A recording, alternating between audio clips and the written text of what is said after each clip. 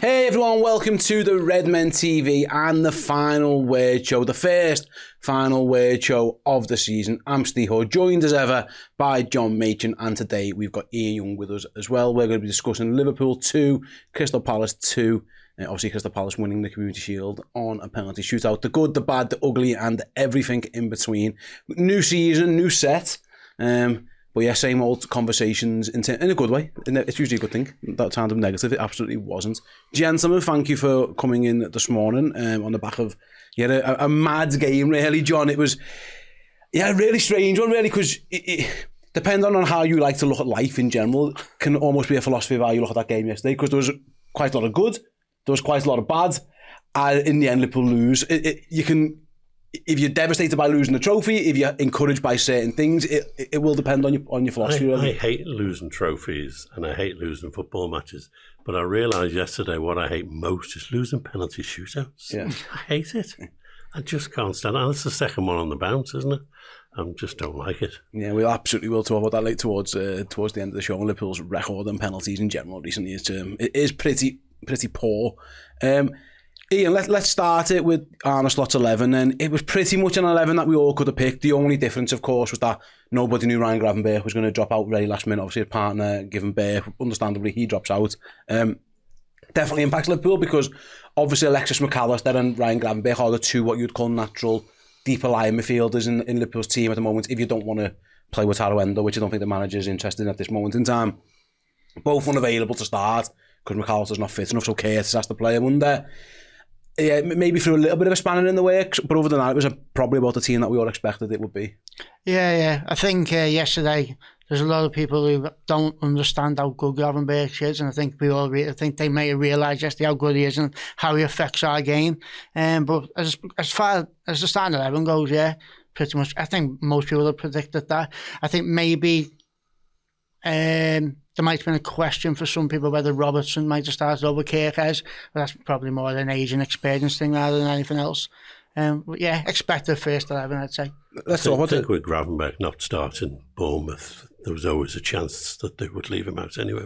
Yeah, potentially. I just think, given the fact that Alexis isn't ready yet, they might have wanted to give Gravenberch that, because the idea will be to get Alexis ready, you'd imagine, in the first team for Friday. Although there is a case now that Jones has done it, maybe Jones goes again, so we'll find out. But the start, I mean, it couldn't really have got better, let's have a chat then about Hugo Ekitike, because 4 minutes into, I don't know if you count the Chad Shield or Community Shield as a proper debut, but I think it probably is now. But 4 minutes in, he scores a very good goal. He takes it really well. He has in particular, a very strong first half. He linked up well. He held the ball up well. He was involved quite a bit.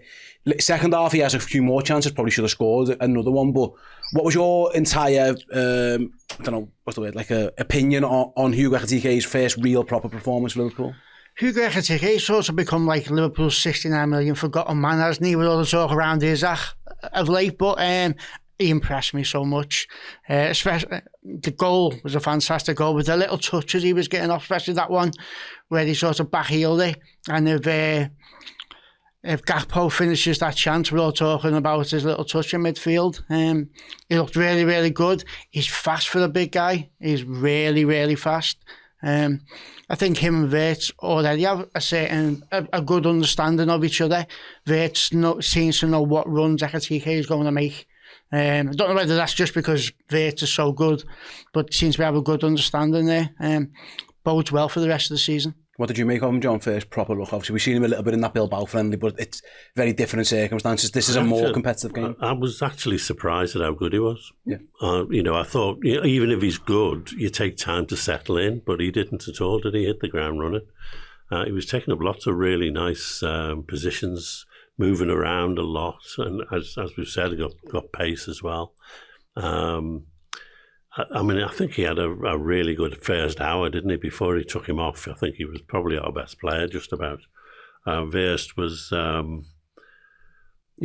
excellent as well, but finding him. I said to my brother who'd not watched much pre-season, that the thing I liked about Wirtz was he's finding players in the box with little passes that normally you don't see. And that's exactly where the goal came from, 2 of those, I think.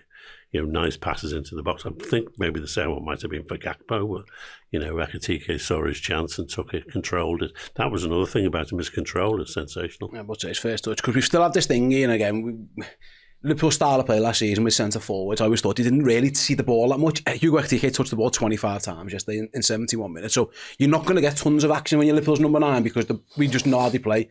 Very much switches of play. A lot of Gakpo, a lot of Salah. There's actually quite a lot of Jeremy Frimpong, a lot of Florain Wirtz. So it's going to be difficult for you to get loads of touches.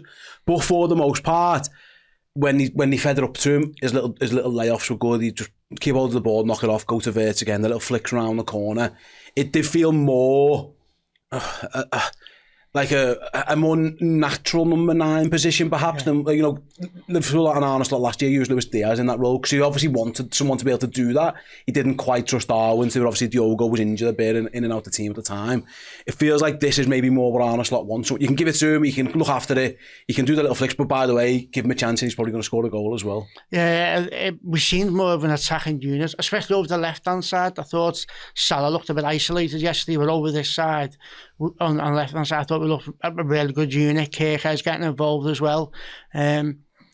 Wirtz reminds me of a player who used to play for Valencia called Aymar. I used to watch him a lot when I was younger. Very, very confident with the ball. Almost plays the game like he's got rear view mirrors. He knows what's going on behind him and around him all over the place. He was so good to watch, and I think he's going to be a massive asset to our attack. And I think whoever is playing number 9, whatever game there is, they're not going to see that much of the ball, so they need to make sure the touches they have are effective. Yeah, absolutely. And if you talk about Florain Wirtz as well, and John, not always brilliant. Like a couple of things, that shot he probably should have done better. But you can see the class. You can see exactly why Liverpool have had to spend £100 million to get him and why they were willing to do that. Just little moments where, like, involved in the goal, in and around the edge of the box, little flicks and tricks, and that might get better as people maybe get more on the same wavelength. But it's clear to see, like, you spend £100 million on a player, you'd expect certain levels, and Liverpool definitely got it with him. Yeah, I mean, he was one of our better players yesterday, although he's played better in pre-season than he played yesterday. Yeah, I think we didn't get a chance to see much of his pace, his long, his running from the back after passing the ball. We saw that against Athletic, I think, a couple of those where he passes the ball, runs 20, 30 yards to try and get on the return. So he's got a lot more to give, but he was still, probably better than almost all our players yesterday. And as you say, you can see his class and his ability, and he'll bring the best out of a lot of people. I suppose, the manager said post-game, didn't he? We have made a few changes, the team's changed, the creativity in this team, the fulcrum has changed from right back now to your number 10, which is a little bit more conventional, and we're going to have to get used to the fact that that's a thing, because there were times, it's worth mentioning, where they kind of everyone got in each other's way, Palace flooded the box, and it looked a little bit crowded.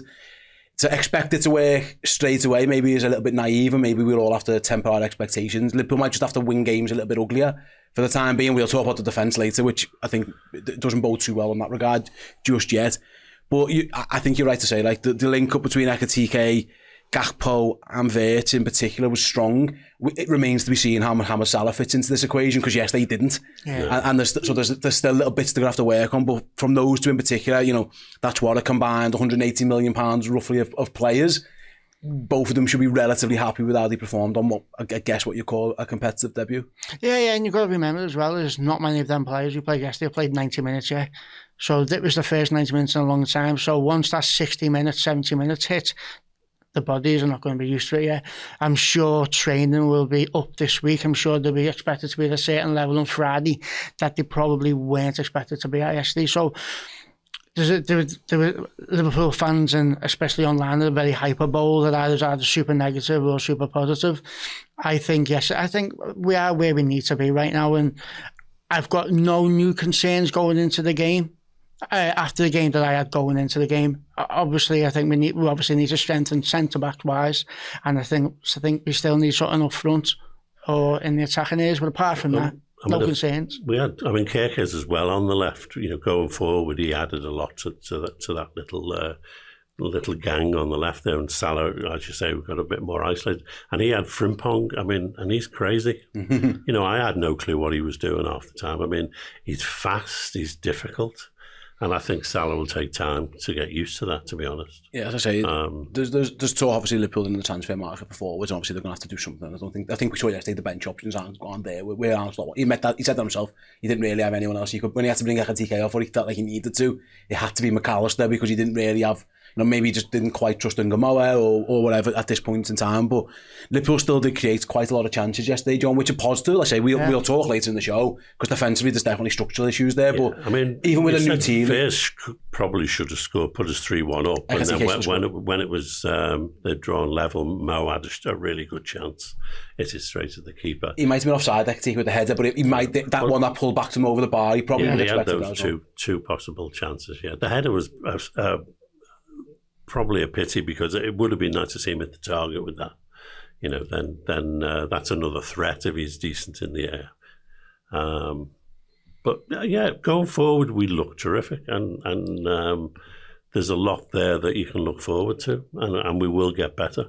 But it's no good if your defence is all over the place, is it? No, absolutely. We'll talk about that. Like I say, Ekitike, I like the celebration as well. I don't know if that's to do with there's been a lot of chat about me. I don't know if it was what happened before the game with the boos and stuff, or maybe it was just forget all this Alexander Isak chat. You'd have paid 70 million quid for me. I don't know what he's on about, but I think it was very important for him to do that, because, like you said,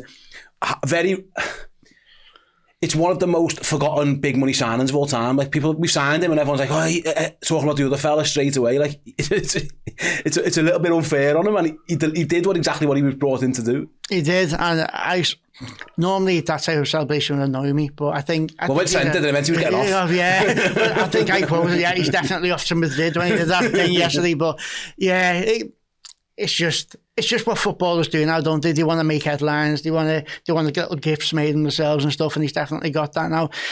The biggest impression he made to me was that goal yesterday, and that touch in midfield. The celebration was nothing to me. Just keep, like I said, he become the 69 million forgotten man, but that goal, we all remember them straight away as soon as he put that in. I suppose as well, John. People would be really impressed, who've never really seen him before. Yeah. Would have been very impressed with him. And you forget how young he is as well. The stats suggested last year actually his finishing was what let him down. And actually maybe with that header you see why. Yeah. I think there's another one, I remember watching the highlights where he misses a very similar header, so maybe he has to work on that. But that goal isn't the goal of somebody who doesn't know how to finish. No. Because the idea, with all due respect, and I've seen Luis Diaz score that goal, but Luis Diaz's way of scoring that goal is to absolutely rocket it top bins. Philip Coutinho's way to score that goal is to bend it top bins. They both work when they work. Hugo Ekitike, John, almost caresses that into the corner. Dean Henderson isn't beaten for pace. He's beaten because of purely how accurate the shot is. Henderson's a great keeper, but he had absolutely no chance with that. The shot was so good. Yeah.